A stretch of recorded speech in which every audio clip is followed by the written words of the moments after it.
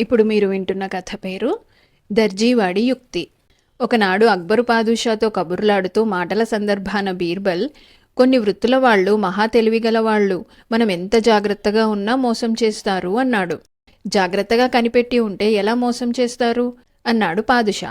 ఎంతమంది కాపలా వాళ్లను పెట్టినప్పటికీ ఒక చిన్నం బంగారం కాజేయగల కంసాలులను, మూరెడు గుడ్డ తస్కరించగల దర్జీలను నేనెరుగుదును అన్నాడు బీర్బల్. పాదుషా ఈ మాట నమ్మలేక, నా దగ్గర ఒక విలువగల సిల్కు తుంపున్నది, దానితో బేగంకు చోళీ కుట్టించి చూస్తాం. సిల్కు తుంపు చోళీకి హానీగా సరిపోతుంది. అందుచేత దర్జీవాడు అందులో నుంచి తస్కరించలేడు. అదీగాక వాడిపైన కాపలా పెడదాం. నీకు మంచి దర్జీ ఎవడైనా తెలుసా అని అడిగాడు. గులాబ్ అని దర్జీ ఒకడున్నాడు. వాడు మంచి పనిమంతుడు, చురుకైన వాడును. వాడు బేగంకు చోళీ కుట్టనూ గలడు, మీ సిల్కు తస్కరించనూ గలడు అన్నాడు బీర్బల్. అయితే వాణ్ణి పిలిపించు, వాడి యుక్తి శక్తి పరీక్షింతాం అన్నాడు అక్బర్. బీర్బల్ దర్జీవాణ్ణి పిలిపించి వాడికి సిల్కు గుడ్డ చూపించి, దీనితో బేగం సాహెబా వారికి చోళీ కుట్టగలవా అని అడిగాడు. దర్జీవాడు నమూనా కొలతలు చూసి కుట్టగలనన్నాడు. దర్జీవాడు దివాణంలోనే పని పూర్తి చెయ్యాలన్నారు. వాడికి ఒక గది ప్రత్యేకించారు. వాడు తన దర్జీ పరికరాలన్నింటినీ అక్కడికి తెప్పించుకొని పని ప్రారంభించాడు. పనిచేసేటప్పుడు వాడి వెంబడి 3 రాజోద్యోగులు హమేషా ఉన్నారు. గదిద్వారం వద్ద 2 విచ్చుకత్తుల వాళ్లు కాపలా ఉన్నారు. దర్జీవాడు 3 రోజుల పాటు పనిచేశాడు. ఇంకా చోళీ పూర్తి కాలేదు. 4వ రోజు దర్జీవాడి కొడుకు ఇంటి నుండి తండ్రిని చూడవచ్చి, నాన్నా, నువ్వు ఇంటికి రాక ఇవాళ 4వ రోజు, అమ్మ మండిపడుతోంది అన్నాడు. నోర్ముయ్యరా వెధవా, ఇది మన ఇల్లు కాదు, రాజుగారి దివాణం అన్నాడు దర్జీవాడు. అయితే అయ్యింది, నువ్వెప్పుడొస్తావో చెప్పు అన్నాడు కొడుకు. ఇదిగో ఈ చోళీ పని పూర్తి కావాలి అన్నాడు తండ్రి. 2 గంటల్లో అయ్యేదాన్ని 4 రోజులు కుడుతున్నావా, ఏం దర్జీవి అన్నాడు కొడుకు అమర్యాదగా. ఇది మీ అమ్మ చోళీ అనుకున్నావట్రా, బేగం సాహెబా వారిది. నువ్వు పిచ్చి పిచ్చిగా వాగక ఇంటికి పద, లేకపోతే మెడ విరుగుతుంది అన్నాడు దర్జీ. తండ్రి కొడుకుల ఈ సంభాషణ వింటున్న అక్కడి వాళ్లంతా విరగబడి నవ్వసాగారు. నేను పోను, నా మెడ ఎలా విరుస్తావో చూస్తాను అంటూ దర్జీ కొడుకు వెటకారంగా నవ్వాడు. దర్జీకి మండిపోయింది. వాడు తన చెప్పు తీసుకుని కొడుకు మీద కసిగా విసిరాడు. దర్జీ కొడుకు దాన్ని తీసుకొని బయటికి పరిగెత్తాడు. వాణ్ణి పట్టుకోండి అని దర్జీ విచ్చుకత్తుల వాళ్లకు కేక పెట్టాడు.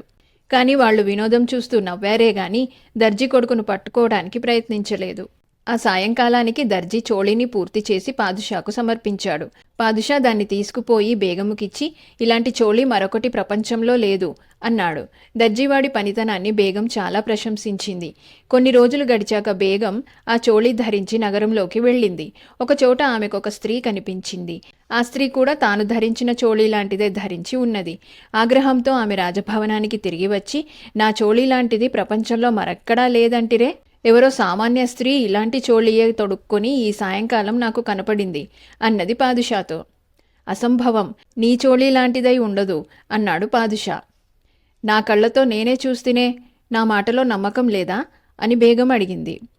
బేగం చెప్పిన విషయం దర్యాప్తు చేయించిన మీదట దర్జీ గులాబ్ భార్యకు కూడా బేగం ధరించిన చోళీ లాంటిదే ఉన్నట్టు బయటపడింది. పాదుషా దర్జీని వాడి భార్యను పిలిపించి, దుర్మార్గుడా, నన్నే మోసం చేస్తావా అని దర్జీని అడిగాడు. ప్రభు, నా వల్ల ఏ తప్పు లేదు.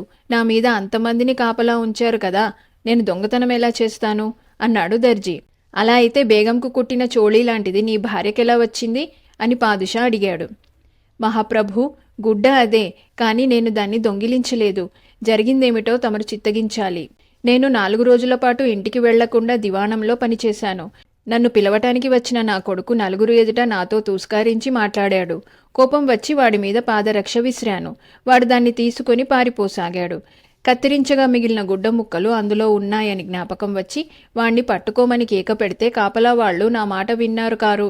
నేనింటికి వెళ్లి చూసుకుంటే పాదరక్షలో గుడ్డ ముక్కలు కనిపించలేదు. దాన్ని చోళీగా కుట్టించుకొని నా భార్య తొడుక్కోగా ఈ సాయంకాలమే చూశాను. నా భార్య తొడుక్కోకపోయినట్టయితే దాన్ని తమకు తప్పక ఇచ్చేసి ఉందును. ప్రభువులు తొడిగి విడిచినవి మేము కట్టుకోవలసిన వాళ్లమే గాని మేము విడిచినవి ప్రభువులు ఎలా తాకుతారు? నా వల్ల తప్పుంటే తల తీయించేయండి అన్నాడు దర్జీవాడు. వాడి యుక్తికి పాదుషా ఆశ్చర్యపోయాడు.